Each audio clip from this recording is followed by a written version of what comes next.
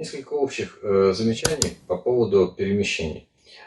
Всегда нужно понимать, ради чего выполняется то или иное перемещение. Давайте с вами задумаемся, для чего мы перемещаемся вперед, для чего мы перемещаемся назад. Как правило, вперед мы перемещаемся для того, чтобы сократить дистанцию с партнером, для того, чтобы произвести атаку. Назад мы перемещаемся для того, чтобы разорвать дистанцию в плане защиты. Это очень важно понимать и следовать этому. То есть перемещения должны покрывать собой некое расстояние. Чем больше расстояния мы сможем покрыть перемещением, тем лучше будет для нас за короткий промежуток времени. Второе. Одним из благоприятных моментов для атаки противника является этот момент смены его положения, момент смены стойки. Перемещение относится как раз к ним. Поэтому важно осуществлять перемещение как можно быстрее, как можно короче во времени, дабы не дать противнику шанс воспользоваться преимуществом в данный момент. Третий важный момент. Во время перемещения необходимо соблюдать одну высоту, не скакать по высоте. Здесь несколько моментов, связанных и технических, и психологических. Первый момент технический. В момент выскакивания вверх или подседания вниз во время перемещения мы несколько распыляем свою энергию. У нас же все перемещения будут сопряжены с некими техническими действиями, с атакой, с ударами, либо с защитными действиями. Если мы будем изменять уровень по высоте, мы будем фокусировку энергии, которую нам нужно в ударе сфокусировать, мы будем ее распылять, размазывая ее по вот этой высоте, на которой перемещается наш центр тяжести. Поэтому нам необходимо двигаться ровно. И второй момент психологический. Перемещение веса тела человека по высоте достаточно более заметно, нежели перемещение человека в поступательным движением от наблюдателя к наблюдателю без скакания по высоте. Это очень важный момент, который может помочь выиграть, получить преимущество в атаке, сократив дистанцию, не выскакивая, не выдавая себя в эти выскакивания вверх. Первое перемещение, которое мы рассмотрим, перемещение вперед и назад без смены стойки. Майти доряси, усирити доряси. Исходное положение чуданкамай. Майти доряси. Перемещение вперед. Перемещение назад. Основной момент. Первое. Поскольку в исходном положении чуданкамая, как я говорил ранее, вес распределен равномерно между ногами 50 на 50, можно представить, что как будто бы две пружины чуть сжатые уравновешивают друг друга. Две пружины уравновешивают друг друга, когда мы стоим. Они находятся в балансе, в равновесии. Как только мы убираем одну из опор, в данном случае сгибаем колено, вторую пружину нечем уравновешивать, и она распрямляется, выстреливая вперед, выбрасывая нас вперед. Смотрите, сюда. Таким образом, при перемещении вперед осуществляется толчок задней ногой, передняя нога при этом скользит вдоль пола. При перемещении назад осуществляется толчок передней ногой, задняя нога скользит. Но как и в технике ухода при выходе в стойку, в перемещении важно перемещение именно центра тяжести. То есть переместить сначала ногу, а потом туда подкатиться будет неправильно. Перемещается центр тяжести, а нога сама уже успевает. То же самое в выходе назад. Перемещается центр тяжести, нога успевает сама. Это очень важно, дабы не остаться при перемещении на месте, размазав свою стойку, сделав ее более широкой и неустойчивой, дав преимущество тем самым противнику перед собой. Как я говорил ранее, техника Сёрензи Кэмпа построена на соблюдении правильных углов во всем, в перемещениях и так далее. В данном случае мы рассматриваем перемещение. Перемещение майти доряси. Исходное положение. Чуданкамая. Перемещение осуществляется чуть-чуть под углом относительно центральной линии атаки. Таким образом, что при перемещении мы смещаемся на половину ширины стойки. При каждом перемещении, будь то вперед, будь то назад. Условно эту линию можно обозначить проходящей через кончики пальцев ног. То есть примерно она вот таким вот образом выглядит, эта линия. Мы смещаемся вперед чуть по диагонали. Чуть по диагонали, таким образом при перемещении вперед, при каждом шаге на линию, центральную линию встает задняя нога. При перемещении назад, при каждом перемещении на линию встает передняя нога. То есть если мы будем рассматривать исходное положение, в данном случае над крестом центра тяжести, перемещение вперед, на линию встанет задняя ножка, при исходном перемещении назад, на линию встанет передняя ножка. Вес равномерно распределен. При каждом шаге, при каждом перемещении, мы из одной стойки приходим в точно такую же стойку, но в другой точке пространства. Это важно понимать, что в конечной фазе перемещения мы должны находиться в состоянии готовности выполнить техническое действие, будь то атака, будь то защита и так далее. То есть это не должно быть какое-то непонятное положение и состояние, это должна быть конкретная стойка, конкретное положение, в котором вы можете дальше работать. Как правило, перемещение вперед подразумевает под собой сокращение дистанции для атаки, поэтому оно осуществляется из атакующей стойки Чуганкамай. Перемещение назад, как правило, подразумевает под собой защиту отступления, поэтому выполняется из защитной стойки Ичиджи-камай. Следующее перемещение вперед и назад со сменой стойки. Исходное положение Чуганкамай. Перемещение вперед осуществляется через промежуточное положение ноги вместе. При этом корпус и бедра расположены фронтально. Далее смещение по диагонали за линию, таким образом, чтобы на линии остался только носочек сзади стоящей ноги. При этом корпус и бедра меняют стоечку и поворачиваются в противоположном направлении. Раз, два. Перемещение назад точно так же. Если в исходное положение центральной линии проходит посередине, через положение ноги вместе, уходим по диагонали. Через положение ноги вместе уходим по диагонали. Так, чтобы на линии остался только носочек впереди стоящей ноги. Хорошим подспорьем для отработки перемещения вперед со сменой стойки являются любые ориентиры и меточки на полу. Обязательно необходимо наличие центральной линии, а также ориентиров расставлены зигзагообразно относительно центральной линии на расстоянии примерно 2 шагов друг от друга по разные стороны от линии.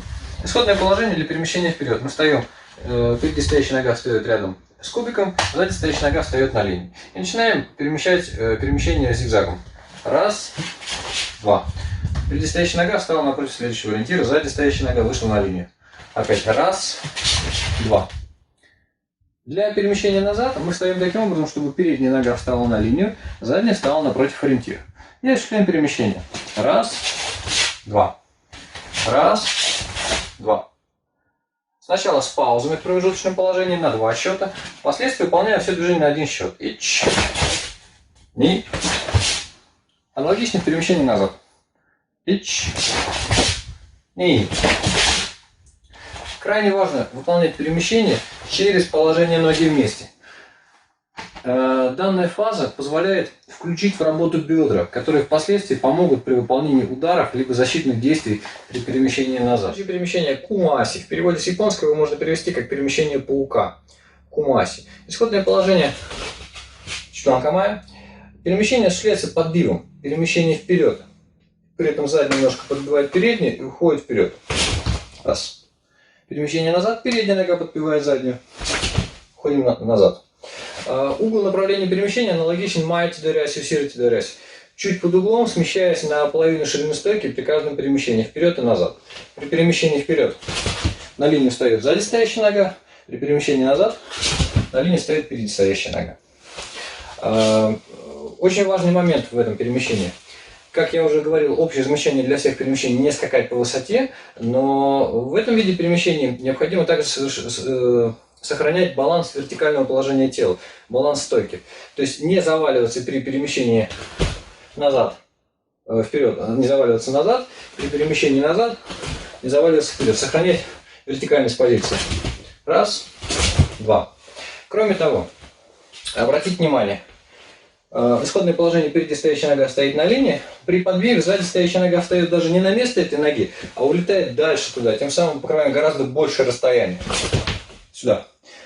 Аналогично перемещение назад. Тем самым мы разрываем дистанцию больше, либо сокращаем ее быстрее. Следующее перемещение каняси. В переводе с японского можно перевести как перемещение краба. Перемещение в сторону. Исходное положение кайсоку Чуганкамай для базовой формы этого перемещения. Хорошим ориентиром будет центральная линия. Перемещаемся сначала в одну сторону. При перемещении обязательно переносим вес тела на одну ногу и докручиваем корпус. Осуществляет блок считалки. Перемещение в обратную сторону. Стараюсь пересечь эту линию с другой стороны. Сюда. Раз, два. Раз, два. Раз, два.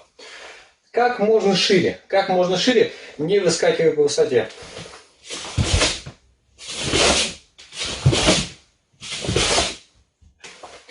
как и прежде, во всех техниках все движения должны заканчиваться одновременно. И рук, и ног, и тела. Еще один вид перемещения – это джиу-джитсу.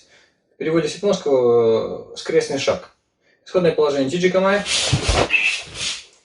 Скрестный шаг. В условиях недостатка места чуть сместимся в сторону. Перемещение в данном случае вправо. Ниги. Передняя нога. Заходит первая. Входит вторая нога. Перемещение в обратную сторону. Задняя нога. Передняя нога.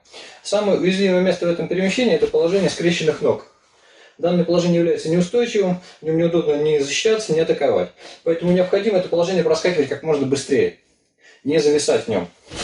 Раз. Два. Раз. Два. При этом не выскакивая по высоте, сохраняя один уровень. Аналогично с другой стороны.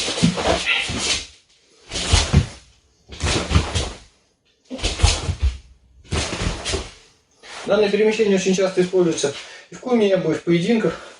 Но необходимо помнить еще раз, не зависать вот в этом положении скрещенных ног. Это очень важно. В какой части сегодня поговорим об укреплении спины. Слабая больная спина – это бич современности. У многих сидящая работа за компьютером, поэтому необходимо уделять особое внимание укреплению мышц спины, чтобы спина была крепкой, сильной и здоровой.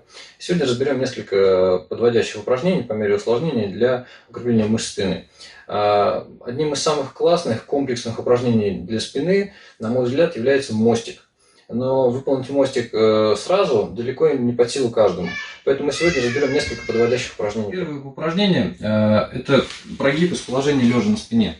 Исходное положение – ложимся на спину, ноги согнуты, разведены примерно на 20 см друг от друга, руки в замке расположены на животе. Из этого положения на выдохе мы прогибаемся в пояснице, поднимая живот вверх. Делаем небольшую паузу вверху и со вдохом опускаемся вниз.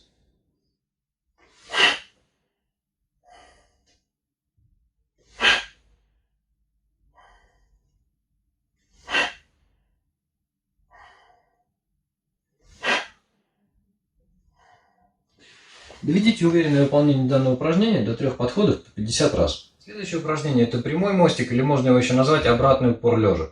Исходное положение, сидя на ягодицах, ноги вытянуты вперед, руки расположены сзади. На выдохе мы поднимаем таз, отрывая его от пола, образуя между грудью и ногами прямую линию.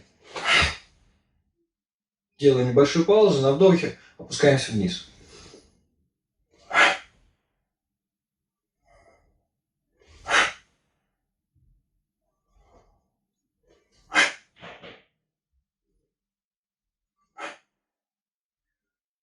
Доведите уверенное выполнение данного упражнения до 3 подходов по 40 раз. Следующее упражнение понадобится опора. Это может быть кровать, это может быть стол, что-то еще. Исходное положение: мы ложимся плечами на опору, ставим руки сюда, ножки чуть разводим. Из этого положения мы стараемся оторвать плечи и голову от опоры. Не обязательно выпрямлять руки до конца, нужно выполнить это до тех пор, пока получается. Сдержавшись в верхней точке, немножко расслабить шею, постараться увидеть стену. Сделать небольшую паузу, спокойно опуститься назад. На выдохе мы поднимаемся, на вдохе опускаемся.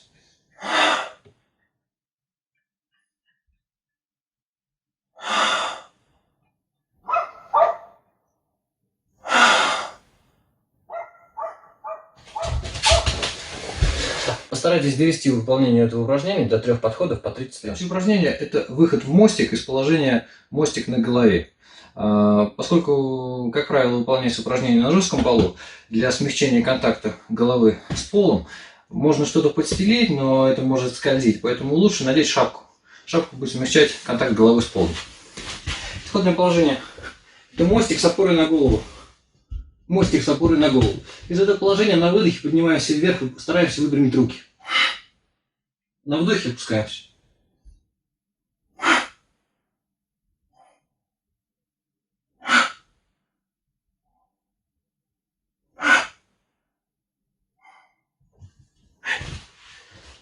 Постарайтесь довести уверенное выполнение упражнения до 3 подходов по 25 раз. Упражнение так называемый полумостик или мостик с поддержкой поясницы. Исходное положение: плечи на полу, поясница лежит на некотором возвышении. Это могут быть подушки, мячик, что-то еще. Поясница, таз лежат на возвышении. Плечи на полу, опускаем руки и из этого положения стараемся подняться наверх. Раз, Спустились вниз. Раз, два. Соответственно, чем выше будет возвышение, тем проще будет вставать. Регулируя высоту этого возвышения, можно регулировать тяжесть выполнения упражнения. Постарайтесь довести выполнение данного упражнения до 3 подходов по 25 раз. Следующее упражнение непосредственно сам мостик из положения лежа на спине. Исходное положение лежа на спине, ноги согнуты, ручки пальцами под плечами. Из этого положения за счет прогиба поднимаем живот вверх, встаем в мост. Пауза. Плавно опускаемся вниз. Еще раз. Раз. Два. Раз. Два. Старайтесь выполнять все упражнения плавно, не спеша, делая паузы в крайних точках выполнения. Следите за своим самочувствием и работайте согласно ему. Постарайтесь довести выполнение данного упражнения до 3 подходов по 20 раз. На этом все. Всем спасибо. До свидания.